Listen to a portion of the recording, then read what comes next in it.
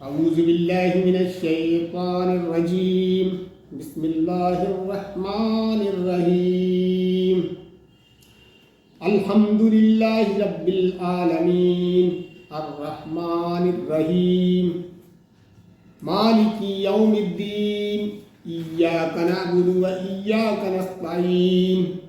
اہدنا الصراط المستقیم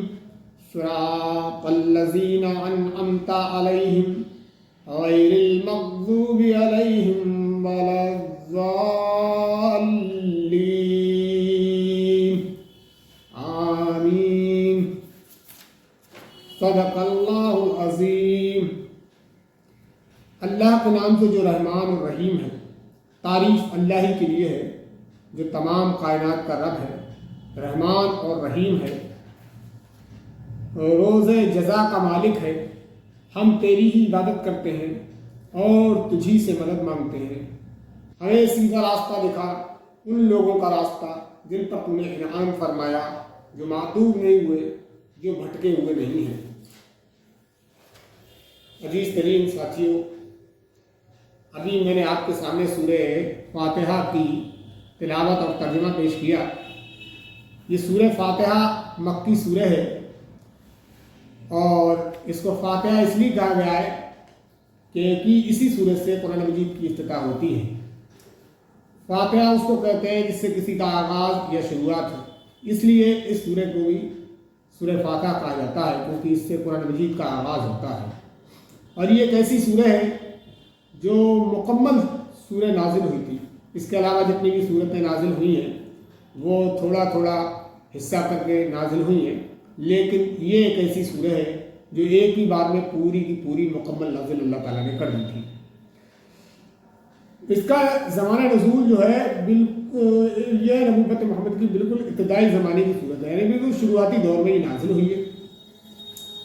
اور اس میں یہ سورہ فاتحہ جو ہے دراصل ایک دعا ہے بندے کی طرف سے، کہ بندہ کہتا ہے اللہ تعالیٰ تمام تعریفیں تیرے لیے ہیں، تو قیامت کے دن کا مالک ہے، روز جزا کا مالک ہے، تیری ہی ہم عبادت کرتے ہیں، تجھی سے مدد مانگتے ہیں، ہمیں سیدھا راستہ دکھا۔ پھر اللہ تعالیٰ اس کے جواب میں پورا قرآن پیش کرتا ہے کہ جو تو راستہ مانگ رہا ہے، صراط الذین انعمت علیہم غیر المغضوب علیہم ولا الضالین، ان لوگوں کے راستے پہ چلا جن پر تیرا انعام ہوا، ان لوگوں کے راستے پر نہیں جن پر تیرا غضب نازل ہوا۔ تو اللہ تعالیٰ نے اس قرآن میں واضح طور پہ بتا دیا ہے کہ یہ قرآن آپ پڑھ کر دیکھیں، اس کو سمجھیں، اس پر غور و فکر کریں، اس پر تدبر کریں، آپ کو سمجھ میں آ جائے گا کن لوگوں پر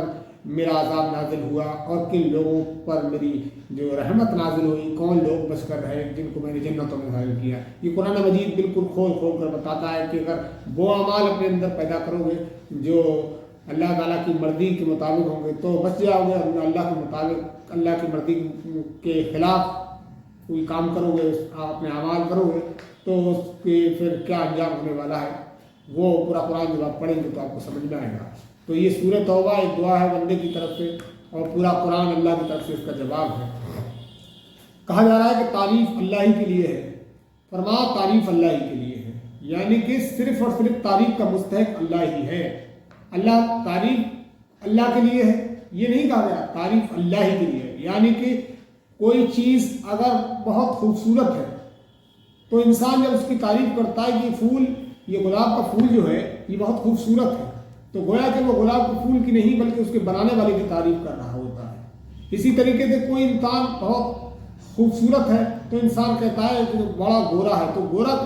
کوئی حد سے زیادہ خوبصورت ہوتا ہے تو صرف گورا کہنے سے اس کا دل بھرتا نہیں، تو اس کے ساتھ وہ چٹا بھی لگا دیتا ہے۔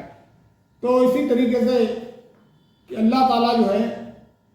رحیم کے ساتھ، رحمان کے ساتھ رحیم بھی ہے، یہ ساری صفات اس قرآن مجید میں اللہ تعالیٰ نے بتائی ہیں، یعنی تعریف اللہ ہی کے لیے، کیونکہ تعریف کا مستحق وہی ہے، تمام کمالات اسی کے ہیں، ساری چیزوں کا مالک وہی ہے، اس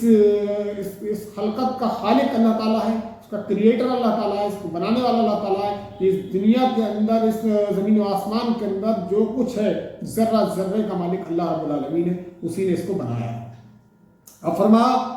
جو تمام کائنات کا رب ہے، یعنی کہ تمام کائنات کا رب ہے، پوری کائنات اللہ تعالیٰ نے بنائی ہے، اس کا بنانے والا وہ ہے اور کوئی اس کے علاوہ نہیں ہو سکتا، نہ ہے اس کے علاوہ کوئی۔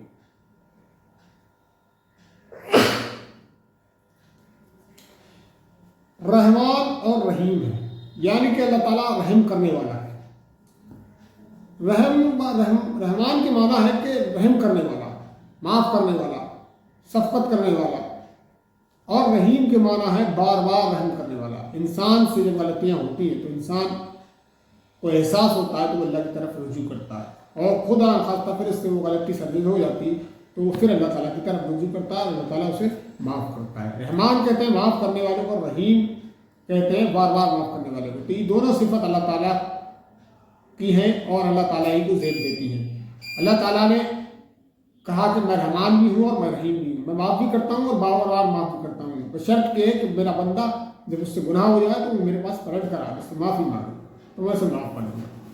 پھر آگے فرمایا روز جزا کا مالک ہے، یعنی کہ قیامت کے دن کا مالک ہے، یعنی کہ انسان جو دنیا سے اعمال کر کے جب اللہ تعالیٰ کے یہاں جائے گا، ایک دن قیامت آئے گی، ایک دن حشر کا میدان قائم ہوگا، تو اس دن صرف اللہ کی عدالت لگی ہوگی اور اللہ ہی فیصلہ کرنے والا ہوگا، اللہ ہی حساب لینے والا ہوگا، وہ اس دن کا مالک ہے۔ یہاں تو اللہ تعالیٰ نے مہلت دے رکھی ہے کہ انسان جیسے چاہے جو ہے اعمال کرے، جس طریقے سے چاہے زندگی گزارے، ایک اللہ تعالیٰ نے آزادی دے رکھی ہے۔ آزادی کا مطلب یہ نہیں ہے بلکہ امتحان کے لیے اللہ نے بھیجا اور کہا ہے کہ میں دیکھتا ہوں کون کیسا عمل کرتا ہے، کون شکر گزار ہے، کون ناشکرا ہے۔ تو یہاں پر اجازت ملی ہوئی ہے جیسے چاہے عمل کرو، لیکن جس طریقے کے تم انسان عمل کرے گا اللہ تعالیٰ ویسے ہی اس کو جزا دیں گے۔ تو آگے فرمایا کہ ہم روز جزا کے مالک ہیں، قیامت کے دن کے مالک ہیں، اسی دن ہم فیصلہ کرنے والے ہیں۔ اس دن جو فیصلہ ہوگا وہ ہماری مرضی کے مطابق ہوگا، انسانوں کی مرضی کے مطابق نہیں ہوگا۔ نہ انسان کی مرضی، اگر اللہ تعالیٰ چاہے تو اس دنیا پر بھی اللہ کی مرضی چلے گی اور چل بھی رہی ہے انڈائریکٹلی۔ انسان کو سمجھ نہیں آتی ہے کیونکہ یہ جو مہلت عمل ملی ہوئی ہے اللہ تعالیٰ کی طرف سے ملی ہوئی ہے، لیکن اس دن انسان کے پاس کوئی مہلت عمل نہیں ہوگی، اس دن صرف فیصلہ ہونا ہوگا اور وہ صرف اس فیصلے کا مالک اللہ تعالیٰ ہے۔ اور فرمایا ہم تیری، اب پھر بندہ کرائے کہ ہم تیری ہی عبادت کرتے ہیں، اللہ تعالیٰ سے کہا اللہ تعالیٰ ہم تیری ہی عبادت کرتے ہیں، تیری ہی بندگی کرتے ہیں، تیری ہی پوجا کرتے ہیں اور پھر تجھی سے مدد مانگتے ہیں۔ اللہ تعالیٰ سے انسان کہتا ہے کہ اللہ ہم تیری ہی عبادت کرتے ہیں اور تجھی سے مدد مانگتے ہیں، اور بے شک عبادت بھی اللہ ہی کی کرنا چاہیے اور مدد بھی اللہ ہی سے مانگنا چاہیے۔ یہ لوگ جگہ جگہ جا کے منہ مارتے ہیں، بزرگوں کے پاس جاتے ہیں اور پتہ نہیں کیا کیا عقیدے بنا رکھے ہیں، تو ان کو یہ سمجھ نہیں آتا ہے کہ جن کے پاس تم جا رہے ہو ان کو پیدا کرنے والا بھی خود اللہ تعالیٰ ہے، ان کا بنانے والا اللہ تعالیٰ ہے، وہ کسی چیز کے مالک نہیں، وہ اپنے اوپر بیٹھی مکھی نہیں اڑا سکتے، کوئی بیماری لگ جائے تو ان کو بھی ڈاکٹروں کی ضرورت ہوتی ہے، تو ان کے پاس کیا جانا ہے، مانگو صرف اللہ تعالیٰ سے، کیونکہ دینے والا صرف اللہ تعالیٰ ہے، اور اللہ تعالیٰ ہی کے پاس وہ طاقت ہے کہ وہ کسی کو عطا کر دے، کیونکہ رازق وہ ہے تو اسی سے مانگا جائے،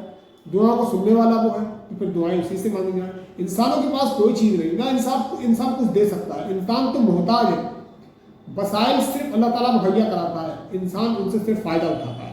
اور اللہ تعالیٰ جس کو دینا دے دے اس سے کوئی چھین نہیں سکتا، اللہ تعالیٰ جس سے چھین لے اس سے کوئی دے نہیں سکتا۔ یہ سارے بڑے بڑے بزرگوں کی بزرگی فارغ ہو جاتی ہے جب اللہ تعالیٰ کسی سے کوئی چیز چھین لے، تو کوئی دنیا کے تمام بزرگ جو ہے مل کر بھی اسے کچھ نہیں دے سکتے۔ اور اے اللہ ہمیں سیدھا راستہ دکھا۔ آپ بندہ کہہ رہا ہے کہ اللہ تعالیٰ جب ہم تیری عبادت کرتے ہیں، تجھی سے مدد مانگتے ہیں، تو ہم مدد کے طور پر تجھ سے مانگ رہے ہیں کہ اللہ ہمیں سیدھا راستہ دکھا۔